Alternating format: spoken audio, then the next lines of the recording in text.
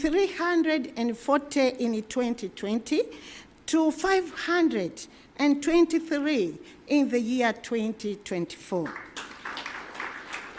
Your Excellency President, availability of essential health commodities increased massively from 73% in 2020 to 86% in 2024.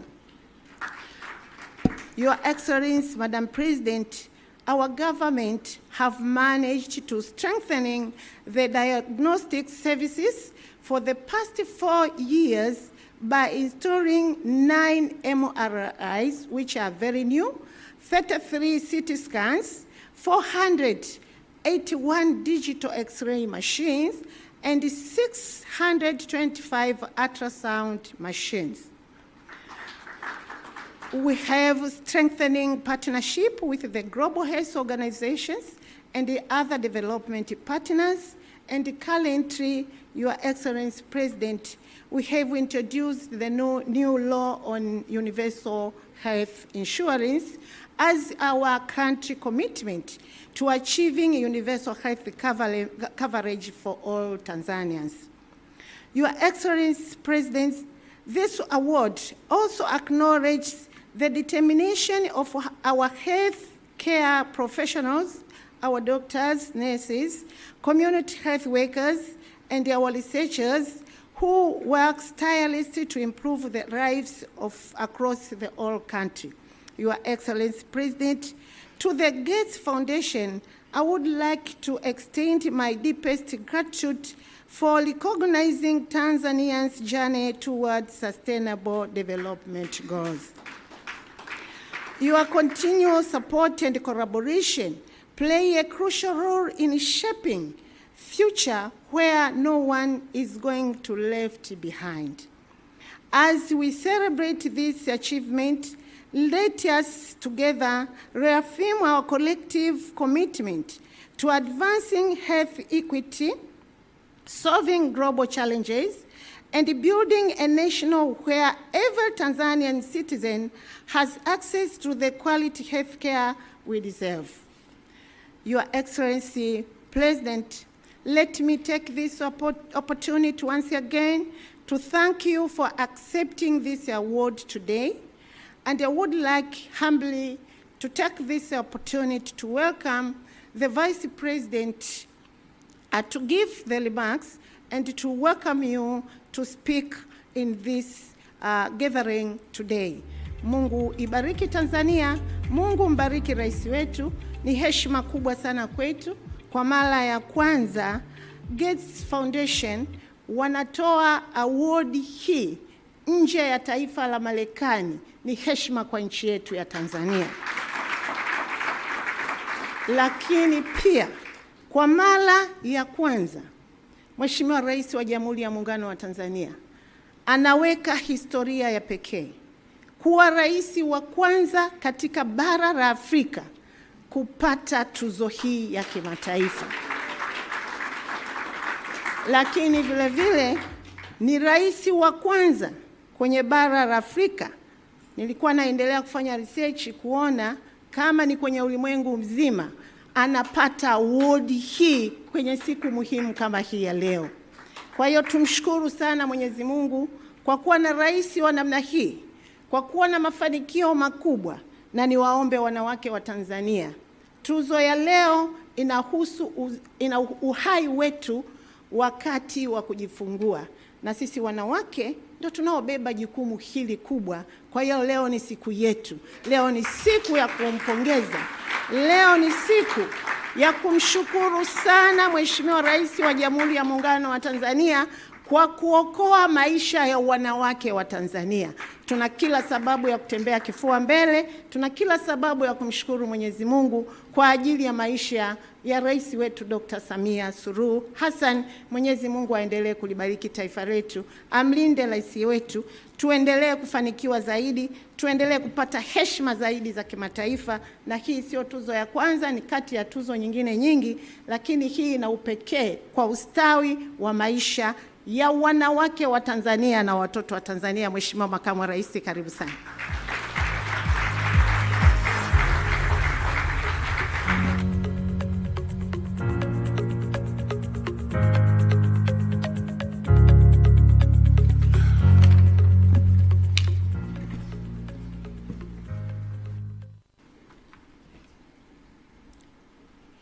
Mheshimiwa Dr. Samia Suluhu Hassan, Rais wa Jamhuri ya Muungano wa Tanzania, waheshimiwa viongozi wakuu wastaafu, waheshimiwa viongozi wote mlioko humu ndani, itifaki imezingatiwa. Habari za mchana. Mheshimiwa Rais, kama walivyokwisha kusema walionitangulia, tumekutanika hapa kusherehekea moja kati ya mafanikio mengi na kwa namna ya pekee kutambua uongozi wako wenye maono ambao umejikita katika kuboresha huduma za afya na ustawi wa watu. Na tuzo hii ya Goalkeepers ambayo inatolewa kwako, licha ya kutambua mchango wako, pia inatoa hamasa kwetu sisi sote kuzidisha jitihada katika kuboresha maisha ya Watanzania. Hongera sana kwa kupokea tuzo hii.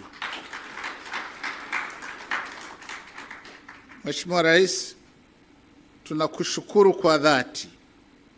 Tunawashukuru kwa dhati wakfu wa Gates kwa kukutunukia tuzo hii ya heshima ambayo ni uthibitisho wa jitihada zako katika kuinua utoaji wa afya, kukuza maendeleo na kujenga Tanzania yenye neema kwa wote.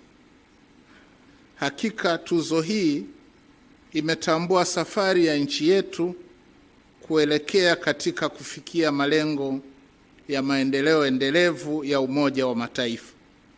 Na tunaposherehekea mafanikio haya, tunamwomba Mwenyezi Mungu akupe umri mrefu ili pamoja na mambo mengine uweze kuendelea kuinua usawa katika utoaji wa huduma za afya, kuendeleza jitihada za kimataifa za kupambana na changamoto mbalimbali na kuendelea kutembea kifua mbele katika kujenga taifa ambalo kila mwananchi anapata huduma bora zaidi za afya. Mheshimiwa Rais, bila kupoteza muda, ninayo heshima kukukaribisha uzungumze na hadhara hii. Mheshimiwa Rais, karibu.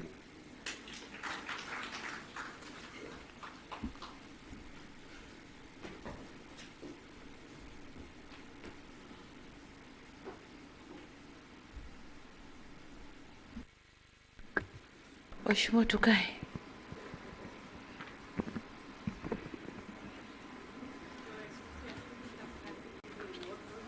First. Okay.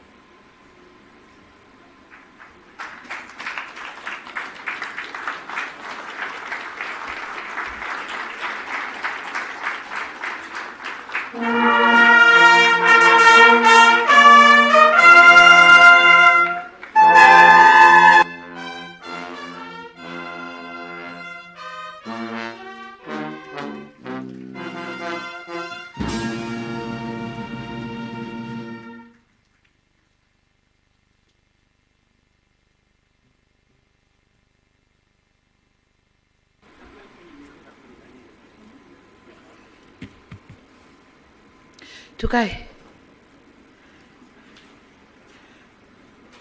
Waheshimiwa, kwa sababu hakuna translation, tazungumza lugha ambayo wenzetu wanatuelewa. Vinginevyo ningetakiwa kuzungumza Kiswahili, lakini tutatafsiri baadaye. So Excellencies, former President Dr. Jakaya Mrisho Kikwete, former President of the United Republic of Tanzania, and Dr. Amani Karume, the former President of the Government of Zanzibar, Revolutionary Government of Zanzibar.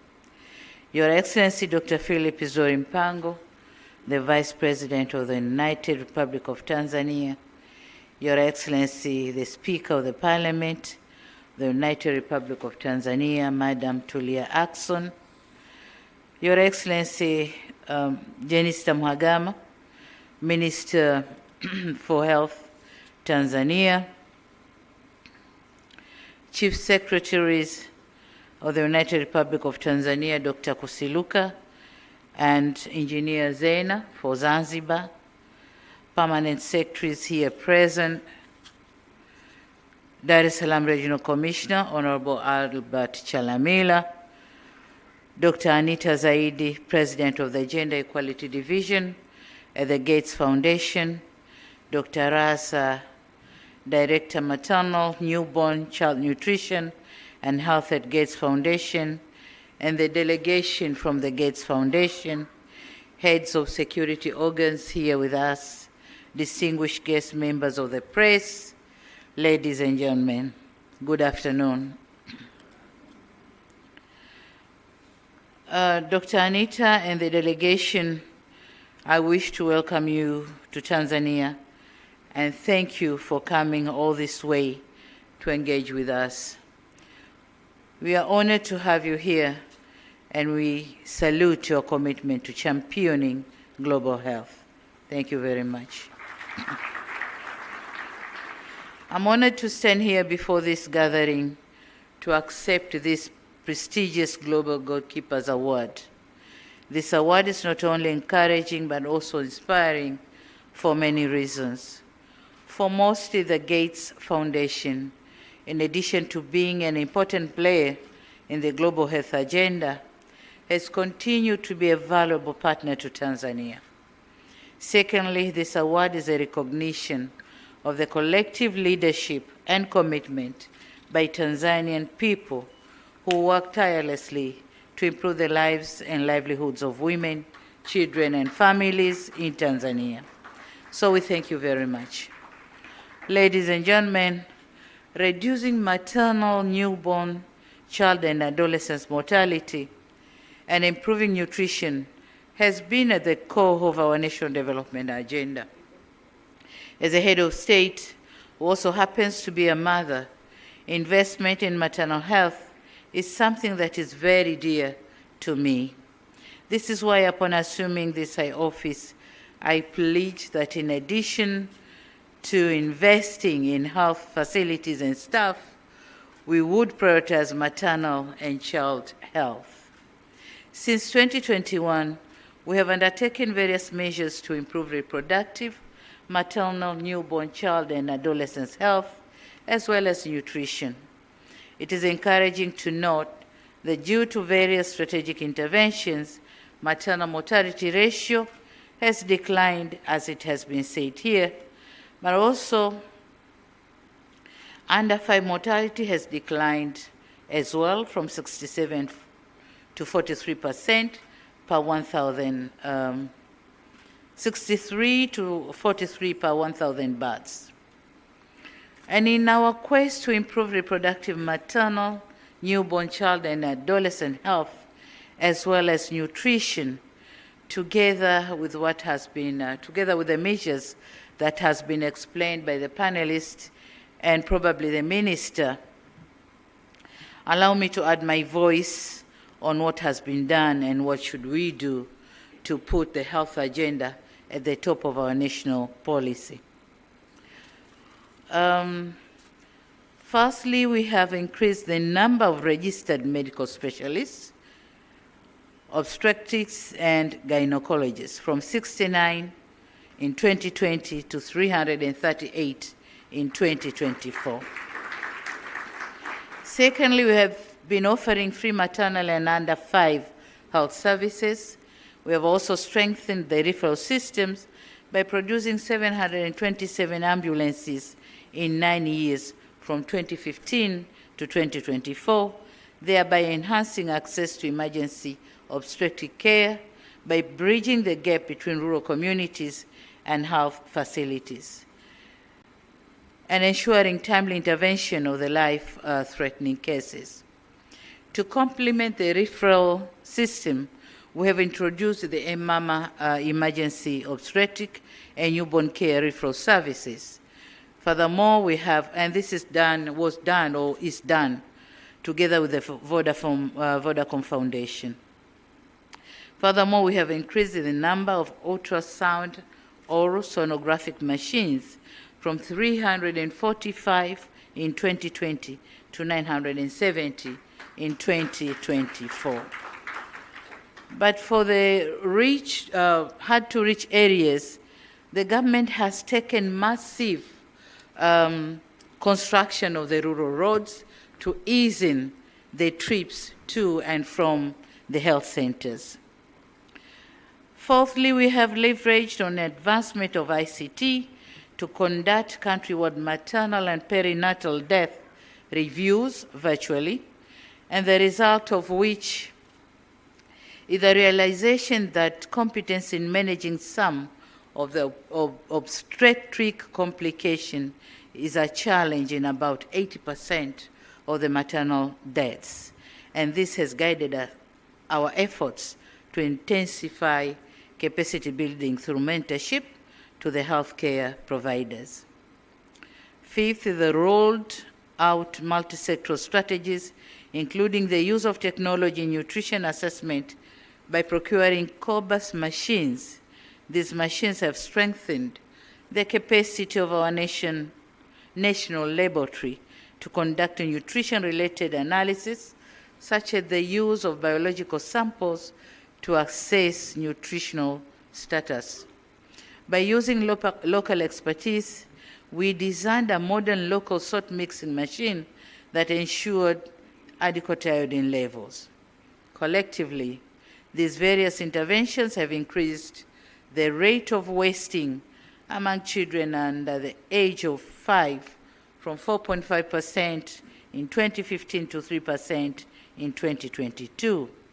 Stunting among children under 5 has declined from 42% in 2015 to 30%, and underweight has decreased from 16% to 12% over the same period.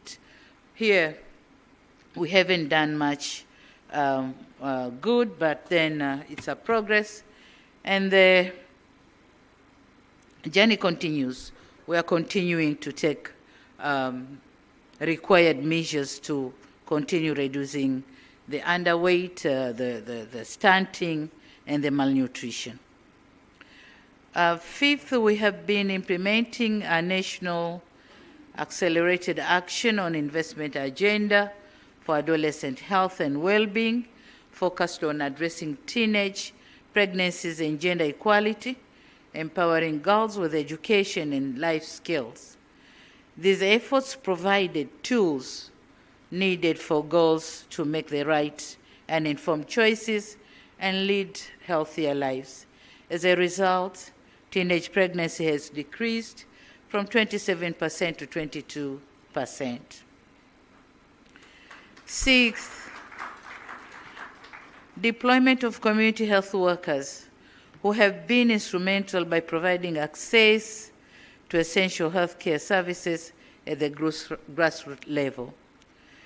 The community health workers have served as a vital link between health facilities and communities, delivering critical health education and promoting immunization and nutrition programs. They also have contributed to the increase of awareness and addressing barriers such as traditional or cultural practices. Their role in preventive care, coupled with early detection and referrals, has not only reduced preventable deaths, but also strengthened community trust in health care system. Ladies and gentlemen, this progress has not been achieved in isolation. It is the result of collective actions. The unwavering dedication of our health workers, the partnership of civil society organizations like the Jakaya Kikwete Foundation and others,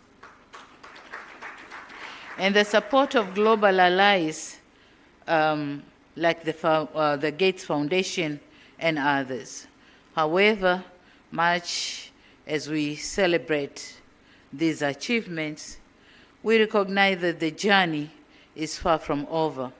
We still have work to do to further improve these metrics and improve health services.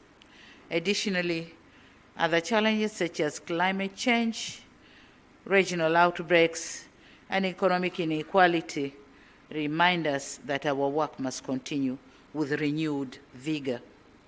You may wish to note that this year we are finalizing implementation of our national development vision that covered the 25 years period from the year 2025 up to this, from the year 2000 up to this year 2025. And in it, we had set to increase health and well-being of Tanzanians and to raise the life expectancy. I'm happy to note that since then, life expectancy rose from 51.5 years to 66 years in 2022. Over the next 25 years, we aim to further invest in health and increasing accessibility so as to raise the life expectancy at least up to 75 years. In this regard, we call for continued engagement with the Gates Foundation as we work to meet our health goals for our people. Ladies and gentlemen, it is my ambition to realize continued investment in specialized health facilities and services. One area where we see continued partnership is training and capacity building to ensure we address the shortage of qualified staff and specialized manpower.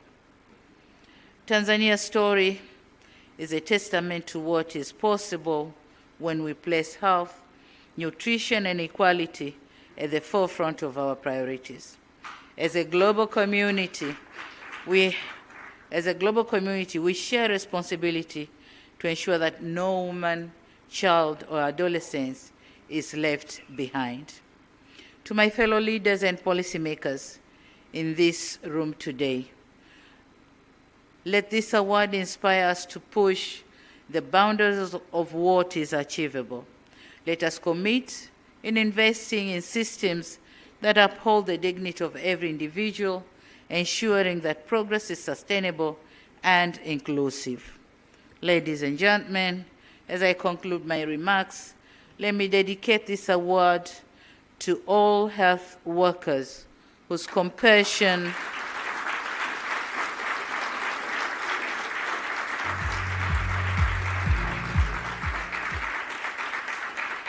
Thank you. To all health workers whose compassion, skills, and resilience made our efforts meaningful. Together, we continue to champion the global goals and ensuring that health remain a universal right. Thank you very much for your kind attention.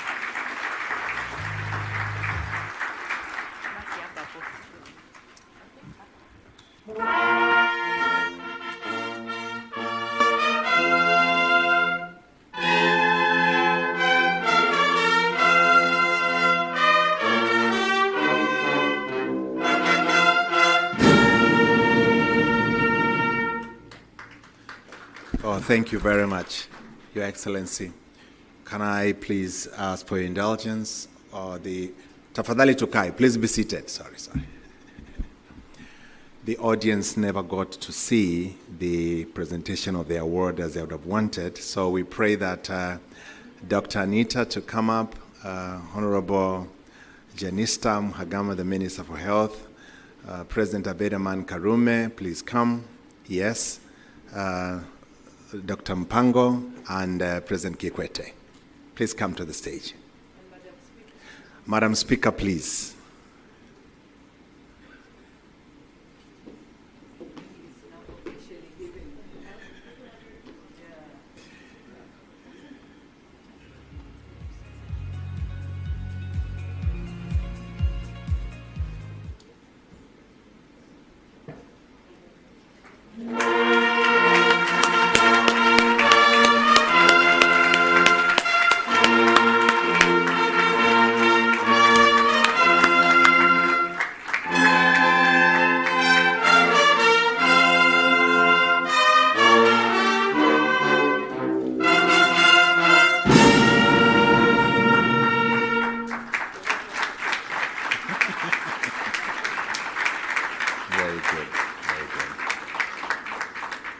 Thank you so much. You may go back to your seats.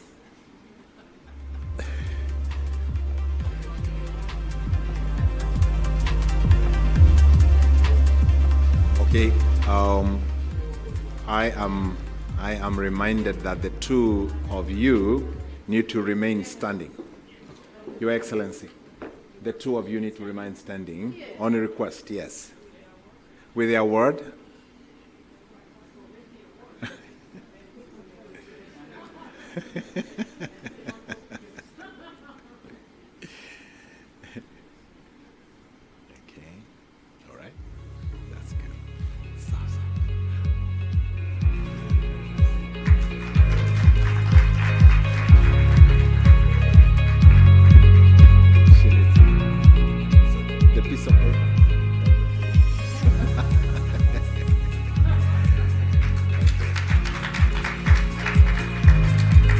Thank you so much. Now it's time for the fire chat.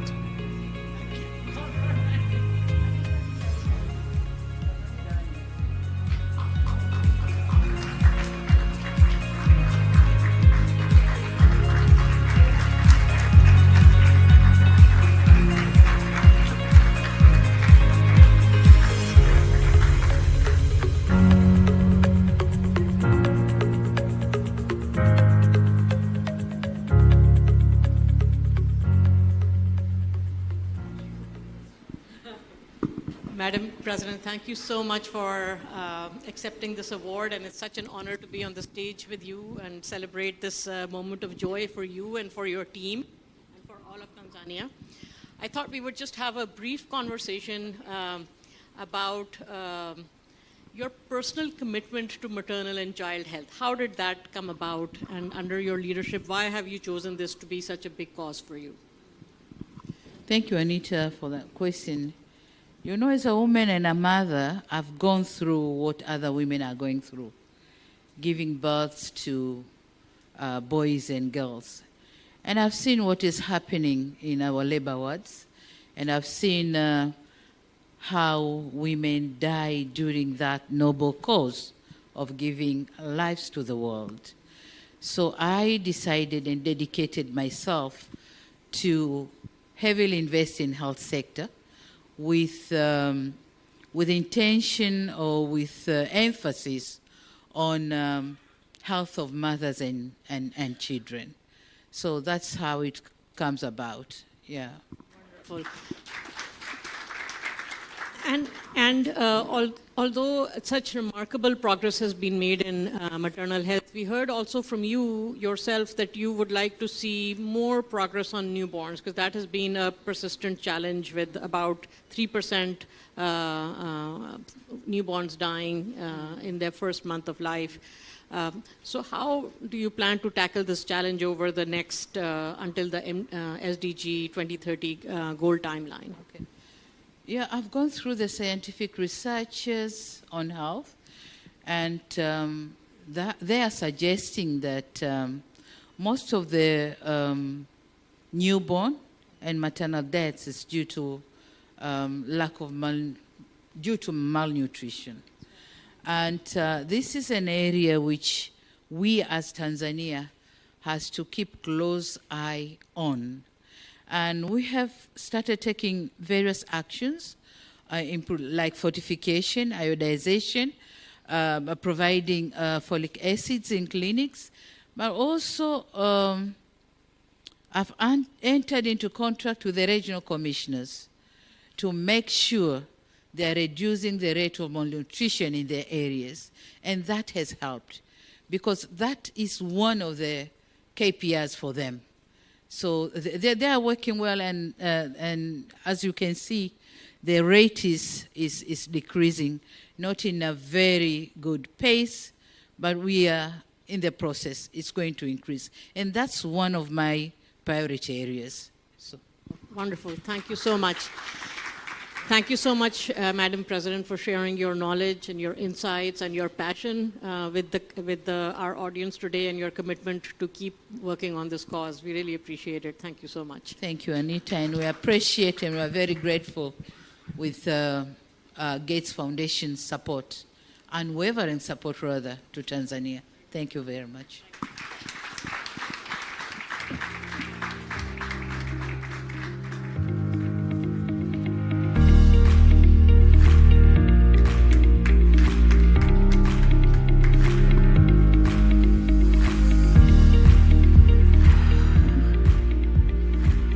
Please be seated.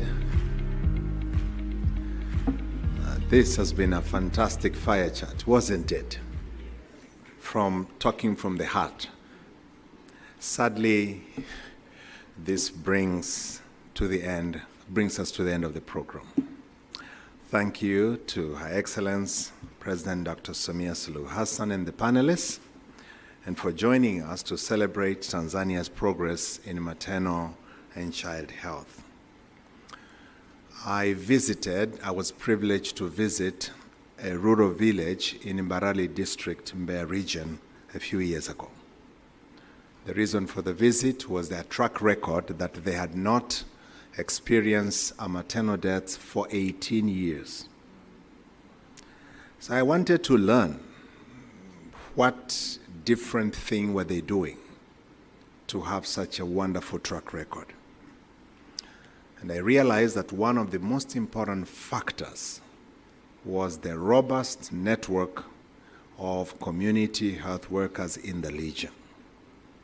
The village had so many of them, they called themselves Commandos for Health. These had the responsibility of tracking on the health-seeking behavior of the expectant mothers during the course of their pregnancy up to delivery, and the babies that were born up to the age of 5.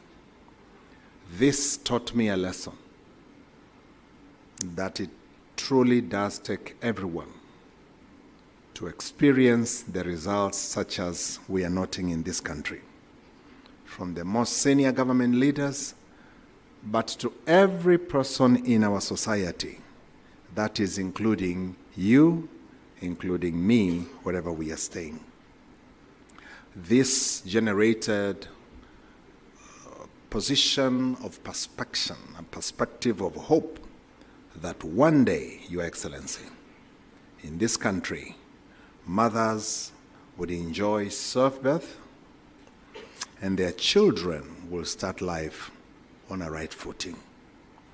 We still have a lot of work to do over truth, but it has been wonderful to take a moment to celebrate the journey that we have traveled on to this point.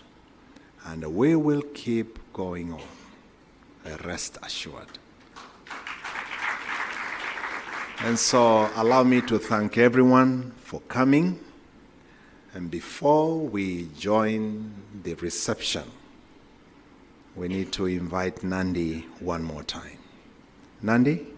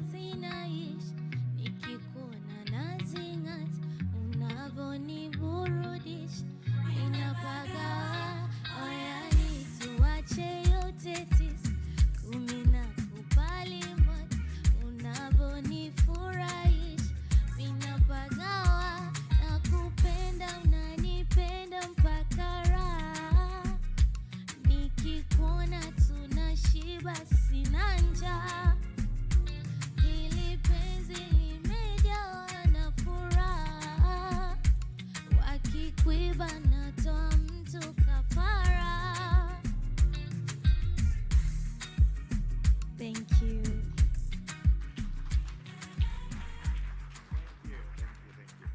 Thank you so much. Thank you so much, Nandi, for that piece. Ladies and gentlemen, we've come to the end. I want to believe that this is just a pause in the long journey towards improved maternal child health in this country. Your Excellency, thank you so much for gracing this occasion. And ladies and gentlemen, shall we stand as each one of us takes their leave, and we shall be guided as we exit on our next destination this afternoon. Thank you so much. God bless each one of you.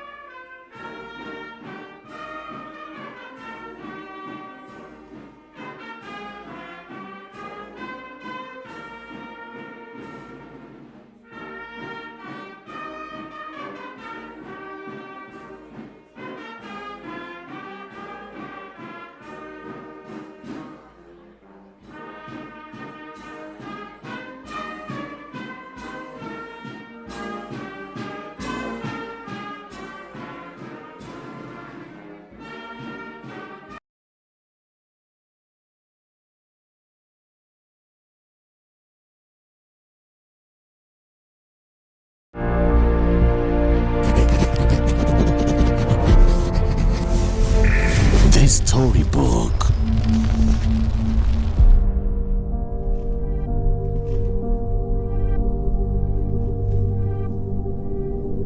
Simulizi ya leo inabebwa na moja kati ya maswali magumu zaidi kuwahi kutokea ulimwenguni. Ni wapi yalipo yale mabamba mawili ya mawe yaliyoandikwa amri 10 za Mwenyezi Mungu? You are not worthy to receive these 10 commandments. Kwa akili za kawaida tu, yale mawe ni miongoni mwa vitu vitakatifu zaidi kuwahi kutokea ulimwenguni. There is no freedom without the law. Whose law, Moses? Yours? Did you carve those tablets to become a prince over us? Na tena, kwa tamaduni za wanadamu, yalipaswa kutunzwa kwa heshima kubwa na pia kwa unyenyekevu wa dhati. Who is on the Lord's side? Let him come to me.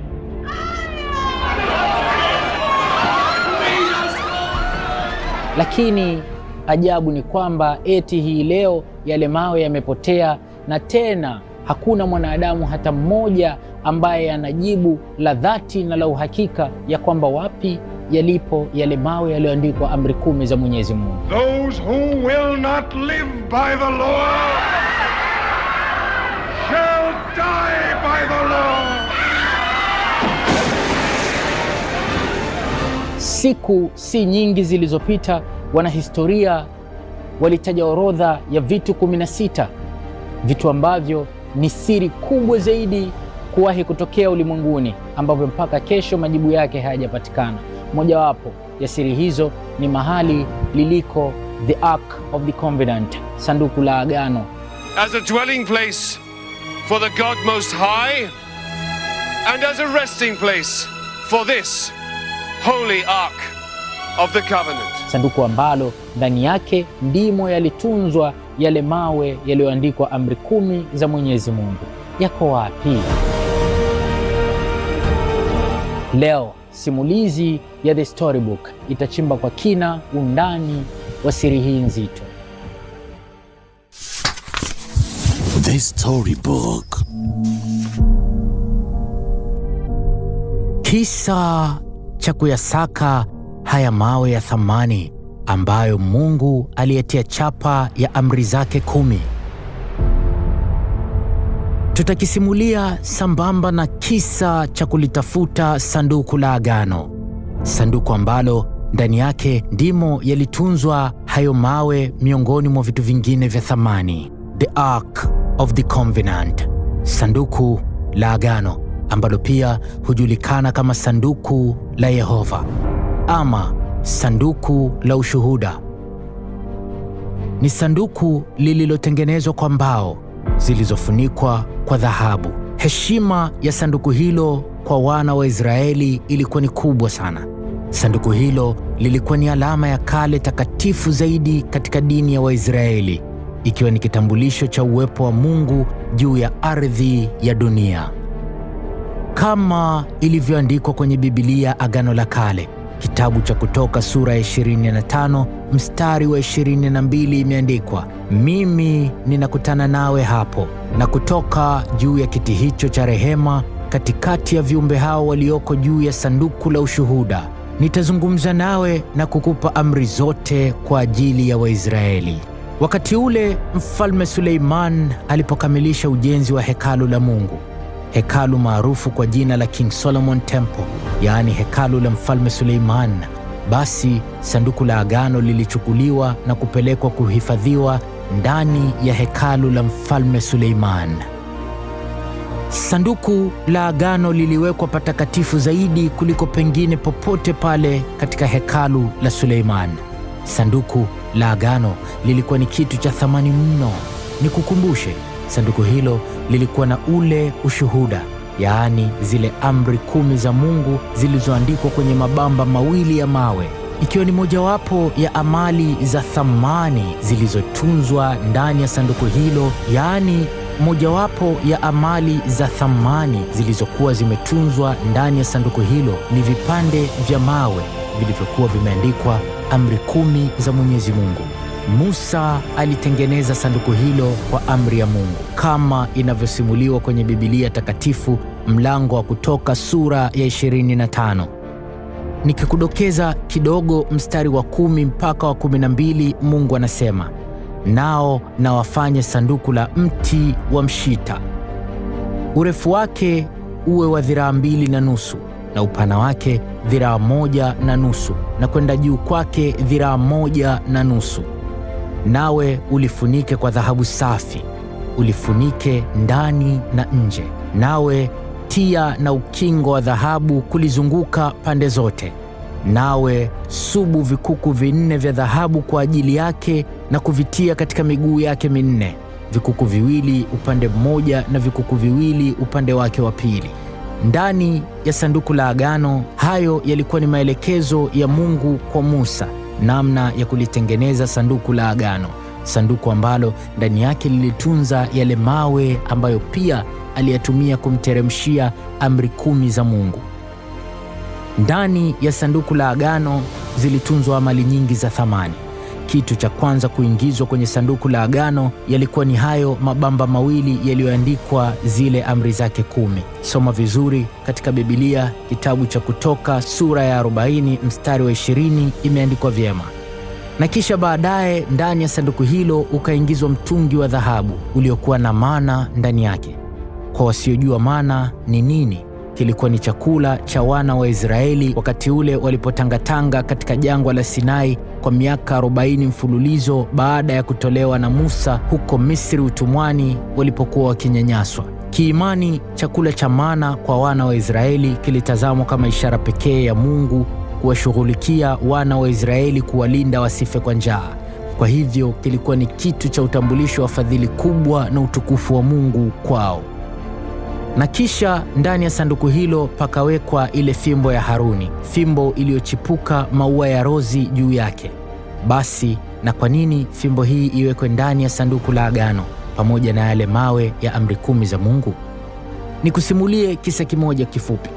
Hata Musa alipowakomboa wana wa Israeli kutoka utumwani huko Misri, Waisraeli walikuwa wakitangatanga jangwani kwa muda, lakini ajabu, wengine kati yao hawakutaka Musa awe kiongozi wao wala Haruni awe kuhani mkuu. Pamoja na kwamba Musa alipasua bahari kisha akawavusha wana wa Israeli kutoka mikononi mwa Firauni, bado alikutana na watu vichwa ngumu ambao walimpinga. Mtu mmoja aliyekuwa akiitwa Kora na wengine wawili, Dathani na Abiramu, wakawa viongozi wa kundi la watu takriban 250. Wote hao wakamfuata Musa na kumwambia, "Kwa nini wewe unajiweka juu ya wengine wetu?" Musa akawajibu, "Kesho asubuhi chukueni makoleo ya moto, mweke uvumba ndani yake, ndipo mje kwenye hema ya Mungu. Tutaona ni nani ambaye Mungu atamchagua." Kesho yake Kora na wafuasi wake 250 wakafika kwenye hema ya Mungu. Mungu alikerwa sana na ukaidi wa Kora na watu wake dhidi ya Musa. Mungu akafanya muujiza na akawaangamiza hao wote waliokuwa wakimpinga Musa na Haruni. Akawateketeza kwa moto na ardhi ikafunguka na kuwameza. Kisha Mungu akataka wana wa Israeli wafahamu ya kwamba Haruni na wanawe ndio amewachagua wawe makuhani. Basi Mungu akamwambia Musa, "Mwambie kiongozi wa kila kabila la Israeli alete fimbo yake. Kisha weka kila moja ya fimbo hizo katika hema mbele ya sanduku la agano. Ile fimbo ya mtu niliyemchagua awe kuhani itamea maua." Basi fimbo za viongozi wa makabila ya wana wa Israeli zikakusanywa, na kesho yake asubuhi na mapema walipoamka, fimbo ya Haruni ilikuwa imemea maua ya lozi zilizoiva. Kwa hivyo hii fimbo ya Haruni ikawa ni miongoni mwa alama za miujiza ya Mungu kwa wana wa Israeli. Kwa hivyo sasa, mpaka hapo mtakuwa mmeshanielewa vizuri. Baada ya Mungu kumwagiza Musa atengeneze sanduku la agano, basi ndani yake vikawekwa mabamba mawili yaliyoandikwa amri 10 za Mungu na ule mtungi ulio na mana ndani yake pamoja na hii fimbo ya Haruni. Kwa hivyo lile sanduku la agano ni kitu cha thamani kubwa na likaenda kutunzwa ndani ya hekalu la mfalme Suleiman. Lakini simulizi zinasema wakati hekalu la Suleiman limekamilika na lile sanduku wakati limehamishiwa kwenye hekalu, ndani yake ule mtungi na ile fimbo vilikuwa vimeondolewa. Katika Biblia, kitabu cha Wafalme wa Kwanza sura ya 8 mstari wa 9 imeandikwa, "Hapakuwa na kitu ndani ya sanduku la agano ila vile vibao viwili vya mawe ambavyo Musa aliviweka humo kule Horebu, mahali Mwenyezi Mungu alipofanya agano na Waisraeli walipotoka huko Misri." Kwa hivyo sasa sanduku la agano limebakia na vile vibao viwili vya mawe ya amri 10 za Mwenyezi Mungu. Maajabu ni kwamba hivi sasa dunia nzima haijui lilipo sanduku la agano pamoja na yale mawe ya amri 10 za Mungu. Wanahistoria hivi karibuni wametoa orodha ya mambo 16 ambayo yamebaki siri nzito za dunia. Mojawapo ni hii: nani kachukua hili sanduku na yale mawe yake na akalipeleka wapi? Na hivi sasa sanduku hilo liko wapi na hayo mawe yake? The Storybook.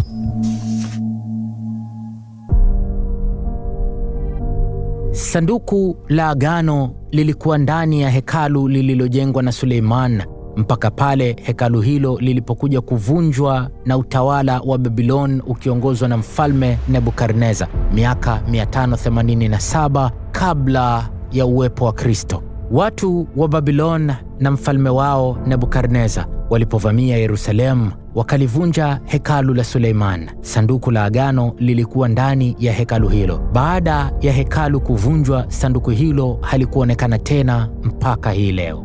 Tangu kipindi hiko mpaka leo, sanduku la agano halijulikani liko wapi. Limepotea pamoja na yale mawe ya amri 10 za Mungu ndani yake. Ingawa kwa ushahidi wa kihistoria haiwezekani kuwa sanduku hilo lilichukuliwa na majeshi ya Wababilon kama vilivyochukuliwa vyombo vingine vya hekalu, kwa sababu katika orodha ya vitu walivyovichukua wanajeshi wa Babylon, sanduku la agano halikutajwa miongoni mwake. Swali la kwanza linaanzia hapo. Je, halikutajwa kwa sababu hawakulichukua, au halikutajwa sababu walilichukua lakini ikafanywa siri? Na pia jiulize, sanduku la agano lilikuwa ni kitu cha thamani zaidi ndani ya hekalu la Suleiman. Sasa vipi majeshi ya Babylon yajishughulishe na kuchukua mali zingine zote toka hekalu la Suleiman na kuachana na sanduku hilo? Na kama sanduku la agano na yale mawe ya amri 10 za Mungu yalichukuliwa na mfalme muovu Nebukadneza pamoja na jeshi lake la Wababilon, sasa ni kwa nini ifanywe kuwa siri mpaka hii leo? Ni kipi kinachoogopwa kudhihiri hapo? Kulingana na baadhi ya vyanzo vya habari, inasemekana kuwa wakati Yerusalemu inatawaliwa na mfalme Josia, wa wafalme wa mwisho kutawala enzi za hekalu la Suleiman likiwepo, yaani kabla hekalu hilo halijavunjwa. Wakati huo ulifanyika utabiri ya kwamba Yerusalemu itavamiwa na watu wa Babylon. Kwa hivyo inasemekana mfalme Josia akaamua kulificha sanduku la agano. Ila ni wapi alipolificha sanduku hilo ndio imebaki kuwa kitendawili mpaka leo. Inasimuliwa katika mwaka wa 18 wa utawala wa mfalme Josia, aliwaamuru waangalizi wa sanduku la agano walirudishe sanduku hilo hekalu la Yerusalemu, yaani hekalu la Suleiman. Hii inasimuliwa vyema katika Biblia, kitabu cha pili cha Mambo ya Nyakati sura ya 35 mstari wa 1 hadi wa 6, na pia katika kitabu cha Wafalme wa Pili sura ya 23 mstari wa 21 mpaka 23. Na hiyo ndiyo mara ya mwisho eneo la sanduku linatajwa katika maandiko matakatifu. Miaka 40 baadaye, mfalme Nebukadneza wa Babylon aliteka nyara Yerusalemu na kuvamia hekalu la Suleiman. Hiyo ilikuwa ni miaka 587 kabla ya uwepo wa Kristo.